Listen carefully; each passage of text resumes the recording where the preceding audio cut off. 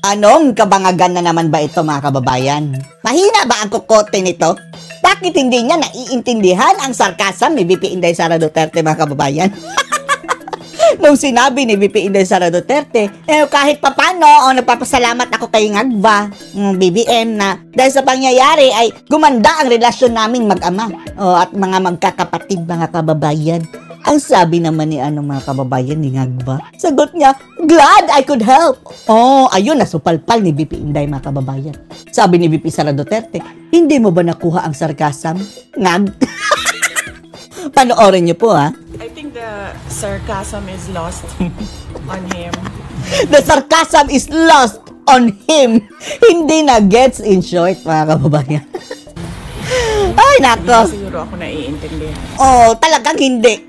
Kung ano-ano na siguro ang pinagagawa na naman mga kababayan, kaya hindi na gets. Bumisita ulit sa ICC detention facility si Vice President Sara Duterte. Pero sa telepono lang niya nakausap ang amang si dating Pangulong Rodrigo Duterte. Etong ICC andyan na ang mga tao mga kababayan na bibisita. Bakit hindi nyo lang pagharapin? Sa telepono lang, alam nyo naman taga-Pilipinas si Sara Live mula sa The Hague, Netherlands, nasa frontline ng balitang yan, si Mon Galvez. Mon, ilang oras ang phone call ng mag-ama?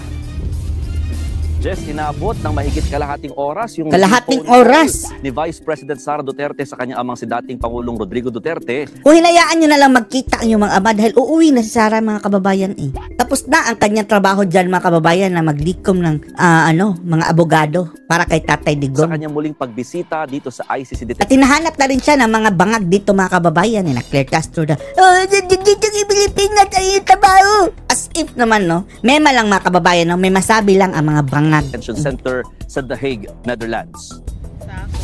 Hindi kasi nakaschedule ngayon ang bise para dalawin ng kanyang ama, pero pinagbigyan naman ng ICC na magkausap ang dalawa sa telepono sa wikang Ingles, lalo't recorded ang naging tawag. Wow, pati mga kababayan nagmamarites ang ICC, pati sa telepono, Inglesan pa. Bawal mga kababayan, magtagalog, magbisaya.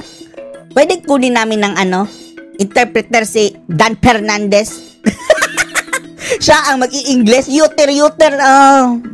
Ang yuter ni PRRD nako, Diyos ko. Sabi ni VP Sara, ito raw ang pinakamahaba nilang phone conversation ng ama. Kasabay nito, ang napahalang pamilya Duterte dahil hindi pinayagang ipasok sa detention center ang mga gamot ng dating Pangulo mula sa Pilipinas. Grabe grabe itong ICC mga kababayan Pati gamot mga kababayan, nire-regulate dahil anila, hindi pa naman malala. Pero yun ang tinitake ni PRRD mga kababayan, dati-rati pa. Hindi nila binibigay mga kababayan dahil hindi daw kailangan. Ano kung mag-deteriorate yan ang health ni PRRD? Depressed pa yan dahil ikaw ang ma-isolate mga kababayan, hindi ka madidepress. Gayunman, siniguro naman daw ng ICC na maaalagaan nila si Digong.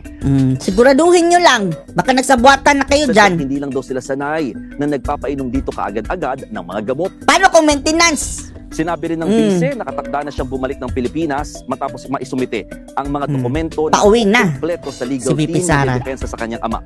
Nilinaw din nilang KKB o kanya-kanya raw silang bayad, silang pamilya sa pagpunta rito sa The Hague para samahan ng dating Pangulo.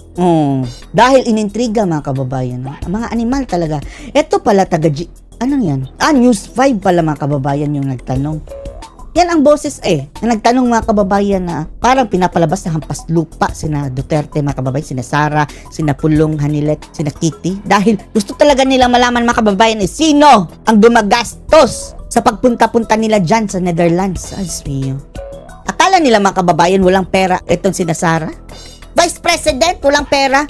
Ang husband din yan mga Carpio mga kababayan, mayroong law firm na malaki.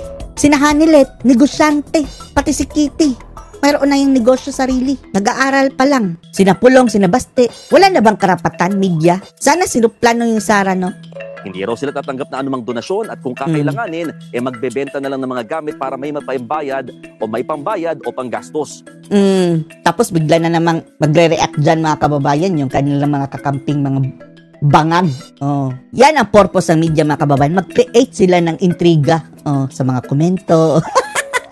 Kaya nila tinanong iyon. Alam naman nilang mayroong pera yung mga Duterte eh. Pero ganyan ang twisting ng bias Dagdag media. pa ng bise, hindi na siya umaasang makakakuha ng hustisya sa ginagawang investigasyon ng Senado sa nangyari kay dating Pangulong Duterte. Pero Kaya nga, pointless mga kababayan. Eto, sa tingin natin, kasama ito sa script mga kababayan eh. Yan si Aimee, another Trojan horse move na naman yan mga kababayan sigurado.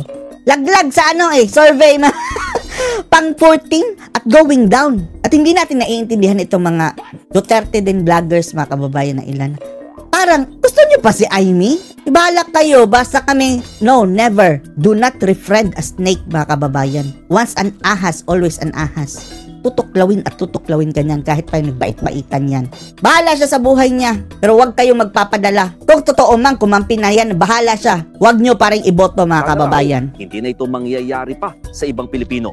Pinag-aaralan din daw ngayon ni VP Sara ang pakikipag-alyansa sa PDP kung saan chairman ang kanyang ama. Si Sara na lang siguro ang sasama mga kababayan sa rally. At ikumpara nyo ang mga rally ng mga kababayan, PDP, kapag nandyan si Sara. At rally ng Bangag na puno ng ayuda, di ba? Organic itong kina Sara Duterte mga kababayan. Klaro niyang tulungan ang pangangampanya ng mga ito habang nasa detention center ang dating Pangulo. Sinagot din ni VP Sara ang tugon ng palasyo ng pasalamatan niya si Pangulong Bobo Marcos. Ito na mga kababayan. Relasyon yung kasyungahan sa ama. Narito ang kanyang pahayag. I think the sarcasm is lost. Hindi na gets, no? The sarcasm is lost on him.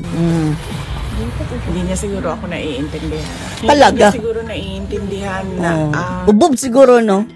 Mababa ang IQ. duty and obligation niya ay para sa bayan, hindi para ayusin ang mga problema ng personal na problema ng mga Ano sabi daw? Glad I could help. Oh, Diyos mio. pamilya. The sarcasm was lost on him. Ito pala ang intrigador.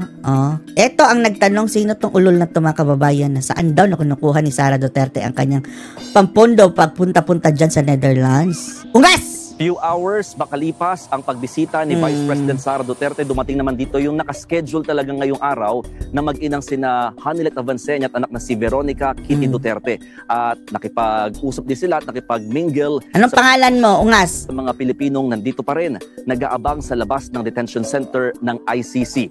Nakatakdang pumalit kay VP Sara dito sa pagbabantay at pagsama sa kanyang ama dito sa The Hague, si Congressman Paulo, pero wala sila binigay ng confirmation. Hindi pa nagpapakita si Paulo Duterte mga kababayan dyan sa Netherlands. Kung kailan mangyayari yan sa mga darating araw. Jess. Nagulat live mula sa The Hague, Netherlands. Maraming salamat, Mon Gualvez. Mon Gualvez ka pa lang, animal ka. Intrigador ka ha. Punta talaga dyan mga kababayan para nagtanong lang ng saan mo nakuha ang pambayad mo? Dyan sa travel nyo sa Netherlands.